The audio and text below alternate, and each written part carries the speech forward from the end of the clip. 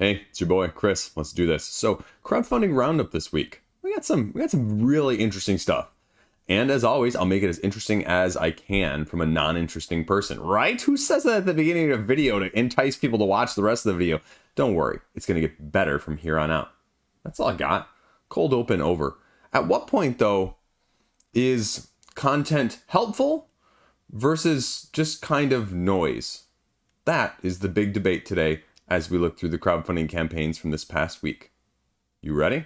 Let's go. The only one that maybe has a chance of breaking 1 million by the time it's done is Luthier this week. But again, don't let the numbers fool you on the stuff that's coming out when we go through the roundup, because there's some very interesting things, as I said in the open, right? $300,000. You are coming as the sequel, the follow-up to the relatively well-acclaimed Paverson Games 1.0 of Distilled, right? I covered it a week or two ago with the base game as a whole, and I was really relatively impressed. This one, though, it's diving off the deep end in terms of, well, depth of play as well as weightiness of putting these actions together, right? Look at that. That's Feldian proportions right there. It actually gives me the most vibes of Unconscious Mind just on the surface, looking at that picture and getting just impressions. So in this game, you are, well, composing and, well, actually making musical instruments as you go along. And this is going to be the real test, right? Is this game going to be heavy enough for the heavies? Is it going to be too heavy for, say, light to middleweight gamers like myself? Well, don't worry. I literally got my copy in the mail, prototype-wise, the day before I started filming this. So I will have a video out sometime during the campaign to give you my illuminated, less illustrious thoughts than all of your fellow compatriots on this page, if you can, well, chomp at the bit and sort of wait for me to get it out from that aspect, because I'm not working all weekend or anything. I'm doing solo parenting with 3 kids all the time. But you know what? Besides that, it's going what we see typically on the Euro side of things in the first place in the crowdfunding realm is that you're getting deluxe, right? And you're getting a little promo and you're getting more deluxe. Worker chips, resources, soundtrack, and tokens. But that's a hefty price. The base game, not surprised for the deluxe edition, $99, but man, $225 for that, overall recommended retail price. That's a hefty penny. Now you can get a dice tower too, so take that for what you will. But, that's going to be the miss, but then take that for what you will, right? You can also get the base edition here. And again, I kind of feel mixed about that when I see crowdfunding campaigns nowadays, right? Offer the deluxe, offer the retail at retail. Unless and I hear you guys. I saw you guys posting as well, the Australia folks, the, Eastern European folks, looking for it for crowdfunding where shipping is going to cost you the equal price of the game. Then maybe the retail edition works out for you. But so I understand why that pledge is there for some people as well, because sometimes that ends up being less, weirdly enough. And then they break it down there. And how are you playing, though? Over 6 rounds, you're going to be slowly advancing your advancement pieces to get bonuses that they're going to bring you. And then you're going to slowly bring 2 cards into your hand. Those are going to be instrument cards. And then the main crux of things is the 2-phase system that they've got going on here. The first phase of which you're just, well, obviously, it's a worker placement game. You're sending out your workers. But your more skilled workers are going to go with certain priorities to these areas when you only know their skill level and your opponents don't. And so then you get to prioritize, as it says here in the GIF, how you want it to go, which is going to give you potentially, with your actions that are going to be based on unique locations in that sense, what you're doing. And you're going to be doing everything from performing music to area control skill tracks, making said instruments in the first place, fulfilling the Patreon requests of fulfilling the patron requests that are available to you, and then, well, crafting the first chair, which allows you to repair, perform, or gain a little bit more control as you would in a lot of these games in order to get your agenda achieved, well, more to your suitedness than your opponents. Again, rulebook is on the page right here. Tabletop Simulator, Tabletoptopia. Yeah, that's how well we're doing this week. And it's not the biggest rulebook, surprisingly, of the week, right? This is a 16-page rulebook. And again, it's chock filled on all 16 of these pages, but just having read it to be able to start to play it in the next day or two myself, it's not a hard read either.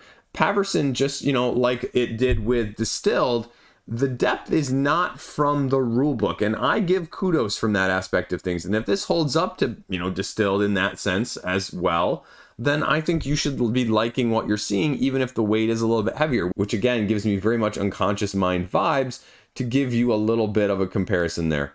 The rehearsal rules preview, one tutorial walkthrough that they did very similar again with Distilled, and again, you get a solo if you want that as well. Content here, so you can check out all these previews and playthroughs and that sort of thing, and a review there as well as we scroll down all the components. And again, I'm going to give kudos here just for a quick second, because I just realized as I was scrolling and doing this, they have the how to play above the freaking component section. Oh my gosh, thank you for doing that. That irritates me and grinds my gears every week, right? Deluxe inserts, add-ons. I don't even know what they got available for add-ons here. Double-sided giant playmat. That is giant for $75. It better be bigger than my 3x3 table, right? The real Baron, you get actual conductor things, sleeves. You know how I feel about some of this stuff. But again, it's whether or not this game is for you, and is this going to be enough to entice you to pick this up at crowdfunding, right? As someone who now has a copy of Distilled with the first expansion, I don't know what this extra stuff is going to add, because I would make the argument that unless you played Distilled the base game with their first time around 10, 12 times already, you haven't touched the depth it's going to give you, because that expansion right there, the Middle East expansion, just gives you more of the same stuff. It doesn't change the game whatsoever. And so if you didn't like the base game, it wasn't one that made you like the base game. If you liked the base game, it was just more. So yeah, I mean, this is just going to be very similar. It seems like an ilk. It's going to be a little heavier with a few more areas that you're going through.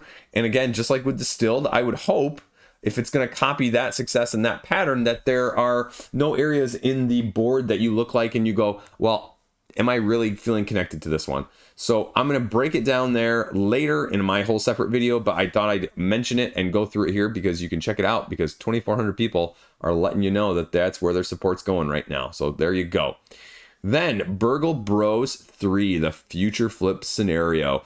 3 was supposed to, as per Facebook comments that I was spying on a couple weeks ago, launch at the end of June, and then I guess obviously things just got delayed. I mean, that's what happens all the time around here. So they're killing it now at $150,000, and if you back it in the first 48 hours, which will be outside of, well, you watching it right now, if you're doing it now, you're too late. You're going to get just a poker deck. Don't worry about it. That's the question, though, again, with this one, is that they're going to give you the real incentive to back it as this super deluxe storage solution. And they've also got number 2 here with the mini size that matches the size of 1, which I guess is fine, but it reminds me a little bit of like Tiny Epics, where they were like, here's the 7th iteration of Tiny Epic Galaxies, your Pocket Micro Advanced, back pocket versus the front pocket edition. Anyway, just joking. But the essential version here, and $49, is actually going to get you 2 neoprene playmats, which is freaking cool. That's probably the biggest enticement, and that's why I'd say it's probably a coin flip. I don't know if you're going to be able to get it cheaper. Fowers Games hasn't always had their stuff widely.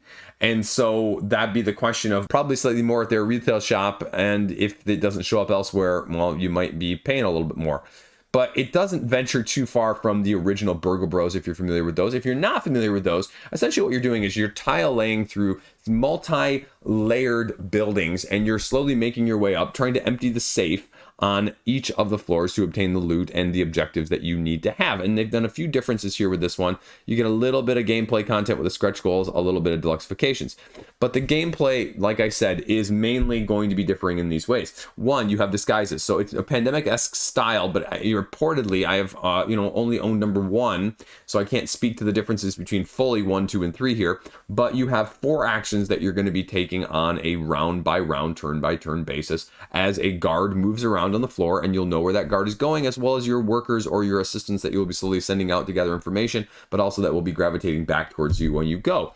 But then you will also be utilizing a different mechanic here in the disguise, which is going to limit your actions down to 3 instead of 4, but it's also going to give you a one-time ability when you take it off, in the sense that you will then get your 4 abilities back. The disguise will benefit you because you only get 3 of 4 actions, but you're going to be a lot more immune or difficult to detect.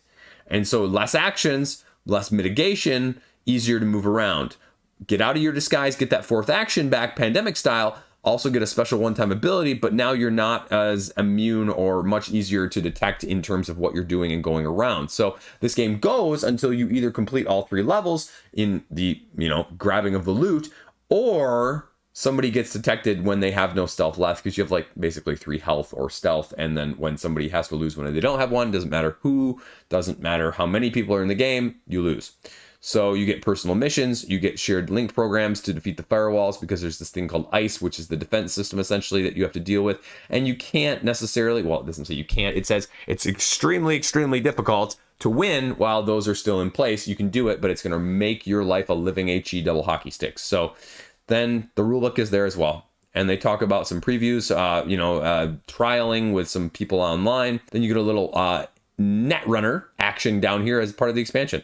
So you're getting characters, you're getting more ice cards, and, well, a little bit of just extra art to go along with it. Now, I didn't mention, though, that one of the other differences is that all the tiles can now be put in the bag together, so you don't have to separate them out, creating some of the fiddliness and minutia you may not have liked in the first place. And the tiles are all double-sided depending on what the action state of the game is. So one side might be better for you, it might be worse for you, depending on where things are at. There's the compact version, there's the Blitz version, which you can play it online electronically, Anyway, there's the double tile action, talks about the workers that I mentioned, scenarios, the personal missions that are going to help you out, the tokens, the ice, and the program cards you're going to be dealing with, and that's it. So just going to be a question of, with shipping on this, is it going to be plus or minus, $10, $10, $15? So indie publisher, $10, $15. You do the math. You let me know which one you prefer.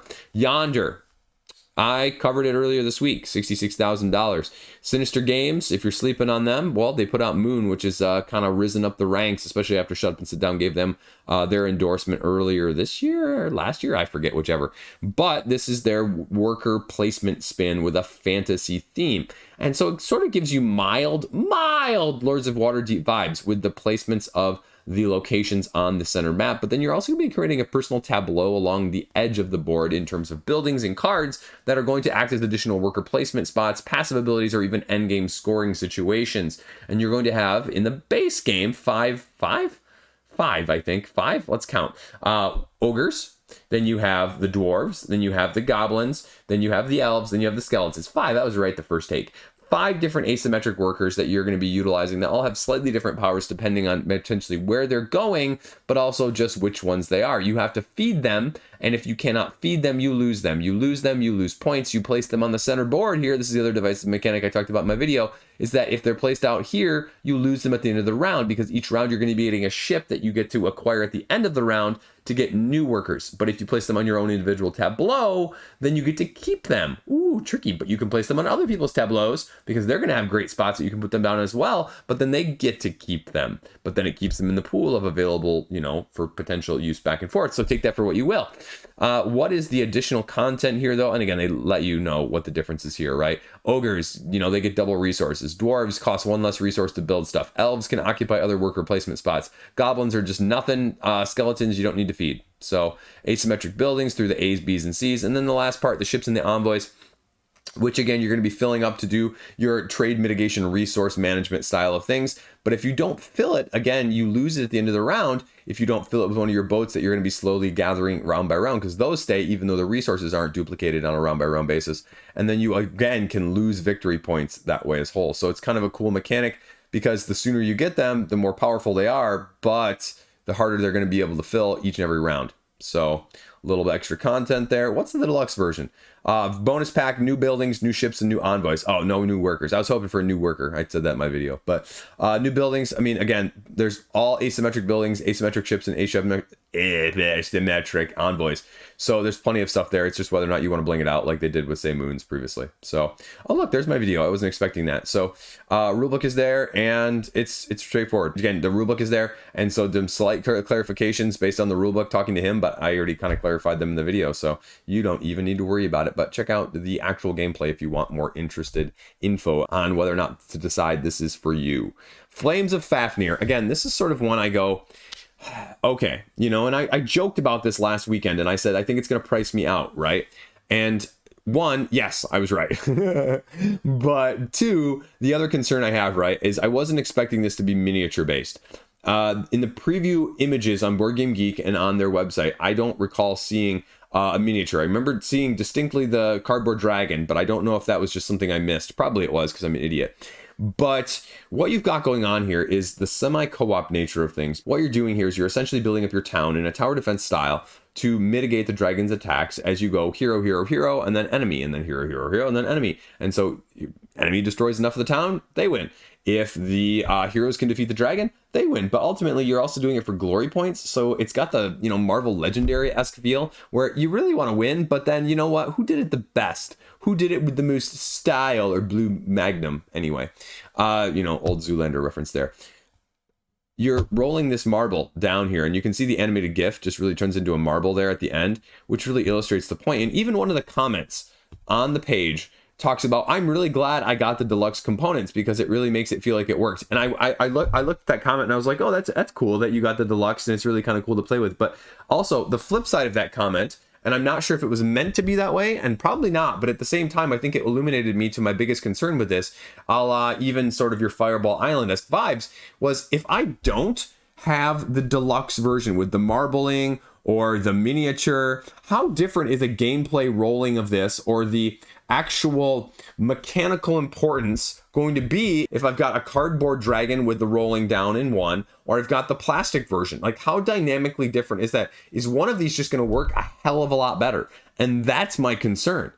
That is my terrifyingly concerned issue with this, because Fireball Island was a train wreck in terms of the consistency of their molds and the dynamics of holding those marbles. So this is really, really cool overall, but I'm really concerned about it. And so you basically move your workers up, you gather the resources, because you gather resources that are on either side of you, and then you put down towers and other basic, terrain elements, and they gather your resources as well, or they give you upgraded movement. I'm really, stammering over my words tonight. This is fantastic.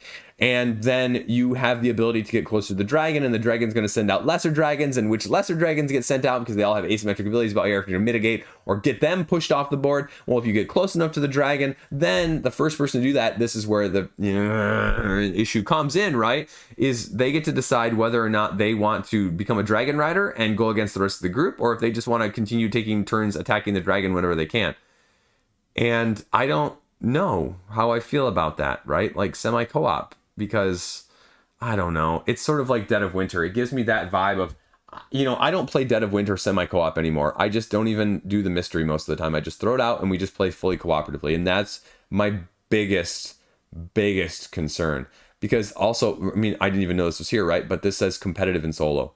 This screams more cooperative to me. But I can see if you're playing purely competitive, like just racking up points rather than doing that. So I don't know. I guess maybe labeling it that purely competitive and not even labeling it cooperative makes more sense in my head when you do that. But I don't know, man. And again, like the deluxified things, especially with some of the extra add-ons for expansions here, I worry it's exactly like Fireball Island, where like one of them was kind of okay, and the rest were all just so out there that they were complete hit or misses, and most of them were misses in my opinion. Deluxe components, stretch goals, extra gameplay content. I already kind of went over this, right? You collect your runes, you use the runes to complete quests, which, you get the basic, and then if you get the epic, you get a better resource. You get, artifacts and special one-time uses, and then the buildings that are going to give you artifacts and fighting easier and gathering resources and troop boostments and all that stuff, right? And then Fafnir goes and they get some random upgrades, or moving to a different area, sliding them back left and right, I guess. Different sizes of fireballs that they can shoot. So, that's cool, but I don't have a clue how that dynamic is going to work. And I worry about the dexterity component as a whole. So one winner, well, like I said, right, if you can knock all 5 bastions, but then the hero with the most victory points wins if you also do the one versus all as well. So it's there, right? 15-23. I have to imagine that the physics better have been mapped out with this, so that even though these are different sizes, the velocity and the trajectory has to be similar. Otherwise, you could end up with 2 dramatically different games depending on what your actual function is. And I guess that's my concern. Can the reproducibility be consistent between both of these, right? We were just joking with my family the other week. I started drinking coffee. And so people were joking about the coffee because my in-laws brought Starbucks on our vacation. And we were like, yeah, Starbucks, you know, has to have burnt coffee because that's the only way they can reproduce it the same at every location. Anyway, so I like a little flavor. I actually like the medium roast. It's more of a dark chocolate sort of vibe. Anyway, Ragnarok expansion here. You get the more dragons that I was mentioning. You know, possesses his own fireball. And then, you know, this one deflects fireballs in random directions. And this one fires his own whenever special. So, I mean, I don't have a clue with that, folks, right? Like, I need to see the actual, give me some rule book, give me some table time. This is an ultimate try before I buy for me right now based off of this. I think I would absolutely potentially love this game. Love it. But with how many misses I have had personally from stuff like this, and again, I'm probably having PTSD from my experience with Fireball Island of just trying to do the upkeep and the management, especially with kids, but even just in general, nope, can't do it. Altar of the Gods, again, like all this stuff, right? Like, I mean, it's cool that you're adding all this stuff, but again, like Fireball Island, right? You have all these different mechanics, and you can preview content it here a couple times and get a little gameplay watching other people play it. And a little bit of extra gameplay. But I mean, this has try before I buy to me. I love the concept of this, right? Huge dexterity game fan. We don't have enough tower defense games. Lucky Duck puts out a solid product, but the production differences worry me. And again, I'd say let's kind of wait and see, because I can't tell what's actually going to be helpful, useful, or enjoyable from those expansion things. I think the dragons, but maybe just the better buildings to help it, you know, balance out the difficulty. I have no clue, but check it out. Then we're talking Catacombs, Fortress of Nazemoor. Anyway, $43,000, Elzer Games. We're going back to Catacombs 3rd edition, right? And again, it's blinged out because, you know, they made the weighty as well as pricey transition, you know, a few years ago to the playmat only version, which I'll argue that was completely the right call. You know, my biggest issue with dexterity games is the little edges of cardboard boards that eventually start fraying. I mean, even in regular worker placement games, that irritates me to no end, which is why I'm, you know, partial team playmat now. So they've just incorporated this, and the blessing curse of this is a little Aeon's End vibe going on as a whole, with the comparison being, right, like if you're a huge Catacombs fan like I am, right, 3rd edition, I don't own it all, but like I own plenty. That's the issue, right? Do you need more? Because it's more like, as I was talking about Distilled earlier with the expansion, it's not adding significant depth or, you know, sort of complexity, but it's just offering you a ton more variety, and variety is fun, and you have tons of variety, and you find more variety that you like in some of the other stuff, but it's not going to necessarily, you know, be able to be incorporated as much or as easily a la your Aeon's End. And so eventually at some point you reach a saturation, and eventually, you know, you sort of run into the Aeon's End situation. What they're sort of straddling the fence here as well. They're saying, okay, we have it available to you in a standalone expansion if you don't have any of the base game and you just want to pick this up because this one more appeals to you from a thematic or a mechanical incorporation, or you can just get the expansion itself. So you can pay whichever cost you would prefer from that side of things. And they have a unified manual. That's a lot for a rule book, but $55 for the expansion itself and $79 for the big box. Because again, you're getting a lot of wood, you're getting some coinage here, and you're also getting playmats. So I mean, that's what you're paying for. You're paying for deluxeifications. I don't look at this as any different than your Chip Theories or your Ivory Studios. Their deluxeification is wooden tokens and playmats, right? That's what you're getting here. A little diagram there. I don't see anything, you know, necessarily saying that this is going to be that much different than some of those. It's just different flavor, right? It's chocolate, vanilla, and I'm going to say cherry instead of strawberry, but it's that sort of vibe rather than like, okay, we're going to add another layer of depth to this. We're going to add another layer of significant complexity. No, this is a one versus all, you know, crokinole on a, you know, D&D style vibe. That's what this game is. And if you like it, go for it. If you don't like it, it's not going to change your mind. You're just going to get more stuff, right? More assistants, more lords, more heroes, more items, period. You know, the biggest issue I have more than anything else is I hate putting those little stickers on. Ha! It just takes a lot of time. I'm lazy. Anyway, but all the stuff is on there as well. They run through the history of it. They run through how to play. Again, you play through sessions or scenarios, as well as, you know, you can link them together for a little campaign. And prices are all going to be there for shipping, whatever it's going to be. It's going to be a little more because, again, you're paying for weight based on the playmats and the wooden pieces. But that is Catacombs, Fortress of Nazemoor. I'm probably mispronouncing that.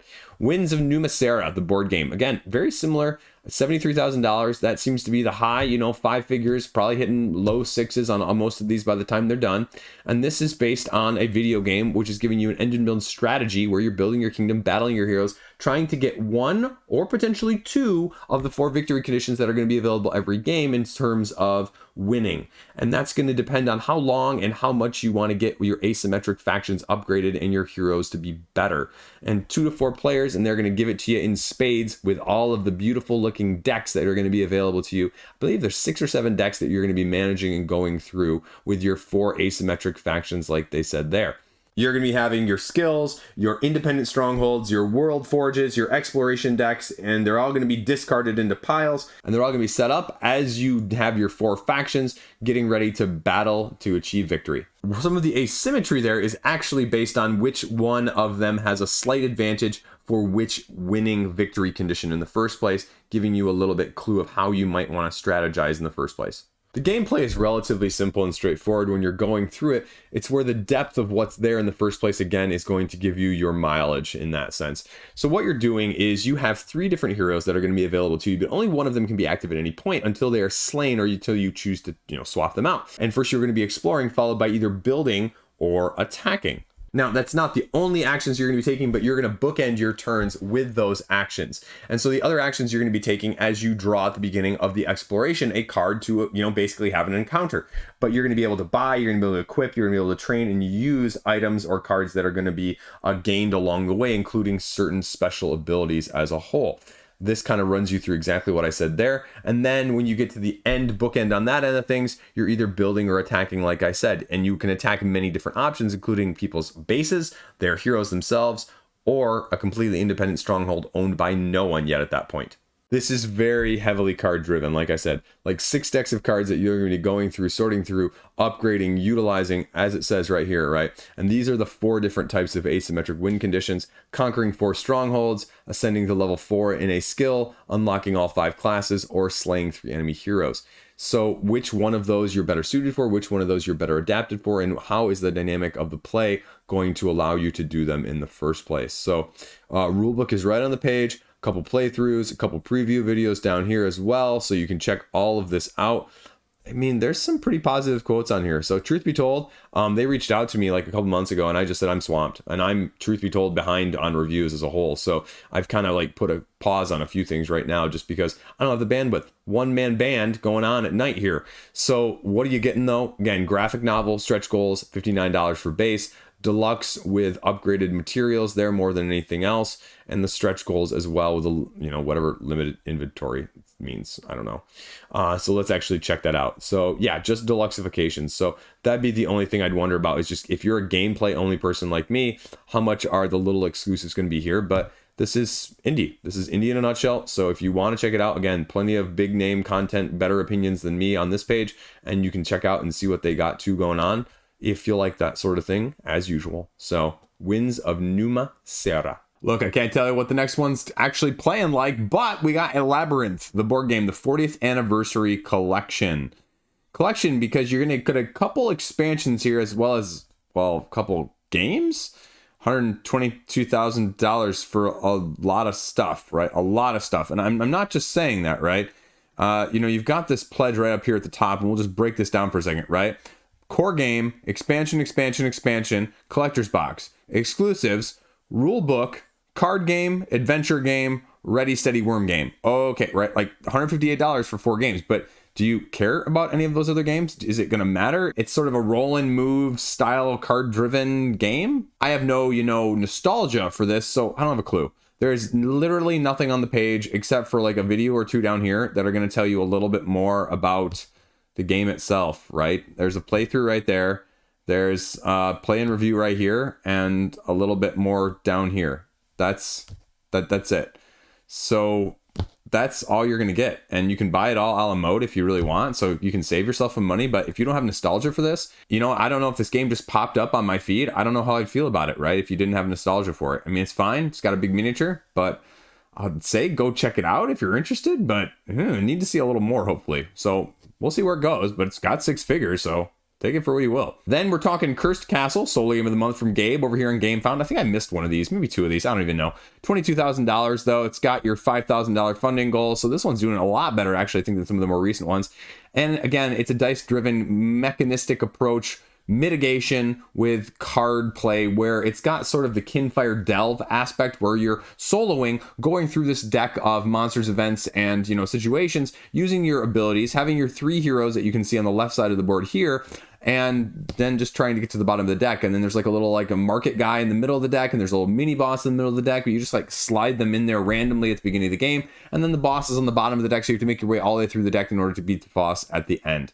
That's it, right? There's a video on here of Gabe showing you how to play it right here, and that's about it. So he's putting out publishing wise game a month, so take that for what you will, but it's over on GameFound, and like I said, 22 grand. Go look see. Now we're gonna go over here to Sprocketforge, gear turning, literal gear turning engine builder. So $22,000. That's a pricey game though. That's $100 per person right now. So let's see if that's actually holding true. Yeah, $100 with the resin resources.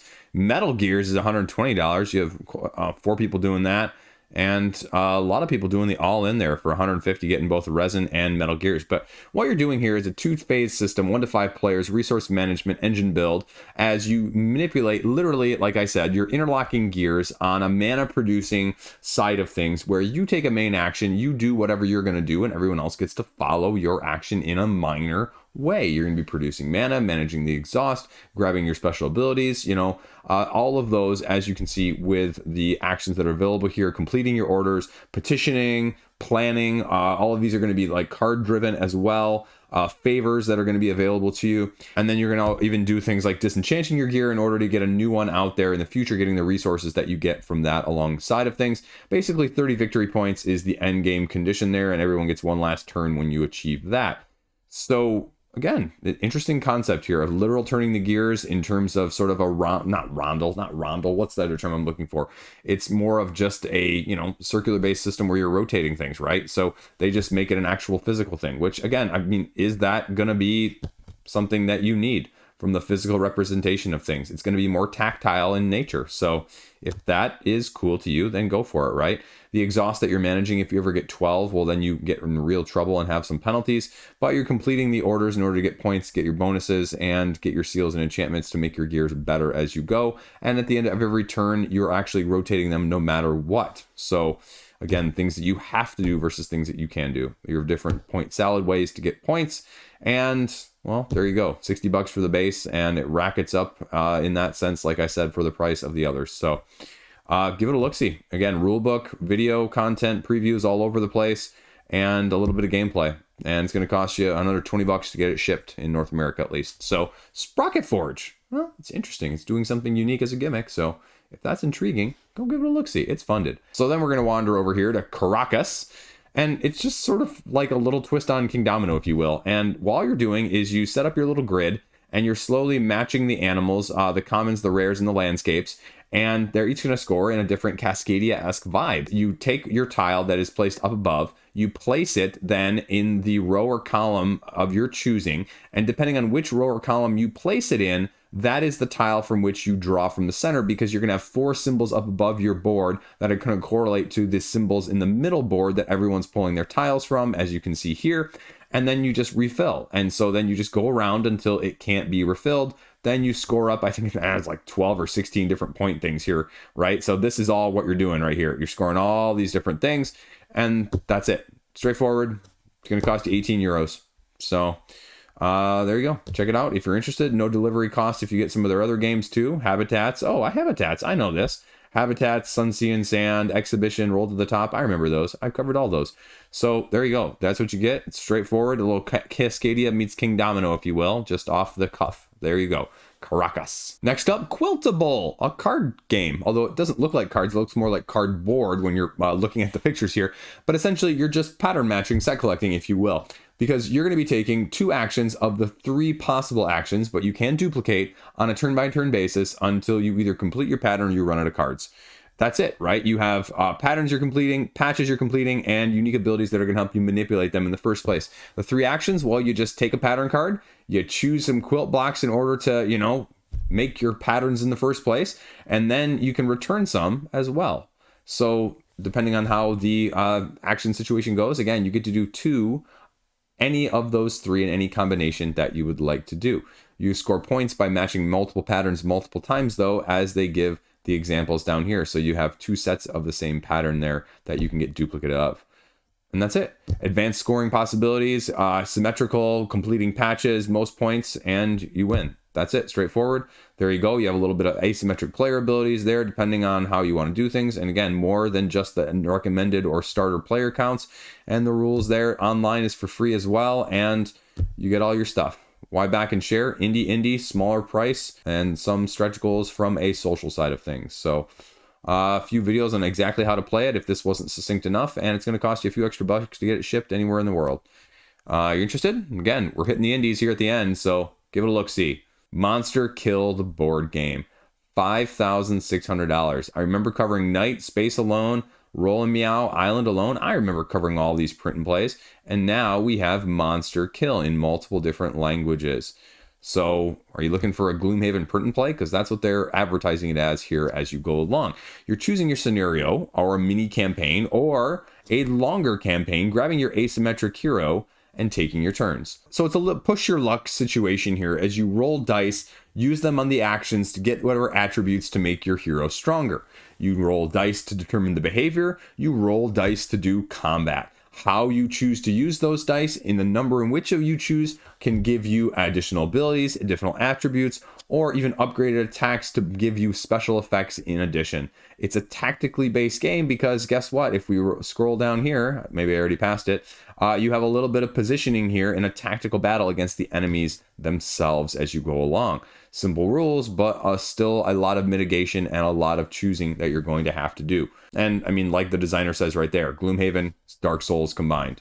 You want a little bit of preview content, you want to get a better understanding of how the gameplay is going to go. There you go. Talks about a little bit of the asymmetry of the starting characters that you're going to have with a slight twist on the usual tropes. Same thing with the monsters about how they're moving, defending, and attacking, giving the appropriate fields. They're going to have their own unique abilities and their own wounds that they can cause against you. So, I mean, it's intriguing. It's a great art for a print and play. So, yeah, let's see what we got going on. €6 here for all of that stuff. Then €12 for getting everything under the sun more times than you're going to play a print and play. But you know what? You can do that, and that's awesome because it's still going to cost you less than anything else this week. So you want Gloomhaven, but you actually be able to play it? Ha ha! There you go. And there are other games as well, Monster Kill and the rule book right there that I mentioned. It's a few stretch goals with a little bit of extra gameplay content that they're going to hit a bunch of. And, well, you know, 7th game created on here and doing really well. Monster Kill. Again, it's good for a print and play, folks. It's really good. It's actually pretty solid looking. Give it a look-see. Then last up this week, Iceland's settlement to independence. Almost 50% funded at the time of me filming this.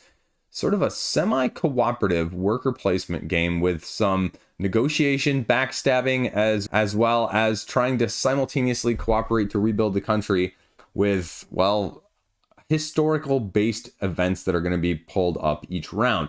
Civil war, religious schism, changing climate, volcanic eruptions randomly occurring. If you win, you can win, but you can also all lose if you don't work well enough together. Events, you get a law speaker, and then you get to play your actions. Law speaker is basically the person in charge that round. So you're pulling the events like it says here. The law speaker is, well, it sometimes says here by popular vote. So, okay. And game event as well. You act in order, doing whatever you may do on a worker placement side of things. Get your income, get your resources, build things better, taking over other people's stuff, or rebuilding stuff that gets randomly destroyed by the game. So, okay. Income fluctuating. Gold is the standard here. Few rounds. Have you reached enough independence in order to get the final thing that you need in order to, well, not lose? And are you going to be backstabbing enough in deal making to have a best position at the end of the game? So they give a slight gameplay example here. If all you're going to show me is the sample text of like one round, essentially, I'd rather have, you know, it cluttering the page here than going over to Board Game Geek. So, yeah, how cutthroat is this? How asymmetric is this? How dynamic is this? So a little bit of video content there to give you some idea of it, but it's got an uphill battle, but we'll see where it can go. Iceland settlement to independence. Let's give it a look-see. So there we go. Roundup this week. Interesting stuff, right? What's going on next week? I don't know. I have to do that video later this week still. I don't know what's going on. I rarely pay attention to what's going on myself. I could barely get out the videos I wanted to this week. So this coming week, there will be where are things standing at so far 2024. My highs and lows of first 6 months of the year. Interesting topics, interesting points, crowdfunding, retail, news, a little bit of everything else. Not going to get myself in too much trouble. I'm probably going to get myself in a little bit of trouble. And then, I don't know if this is going to be this coming week or not. I have to finish filming this one as well, but my best so far played of 2024. Best so far. Best so far. And plus or minus in that video, depending on how long that goes, how long I rant, ramble, and rave, well, the things that I need to have hit the table in the near future to let you know how good or not they are. We got some big names on that one too. Whew. It's probably going to be a separate video. Because why not milk it for all it's worth, right? I've got too much stuff to talk about and not enough time in the first place. So that's all I've got. Stay classy. Have a great freaking day. Let me know. Anything interesting? You back in anything? And you know what? DC United broke 1 million, so I'm probably going to have to do a should you back video. The answer is no. The answer is I am backing it, right? Ha! Peace out.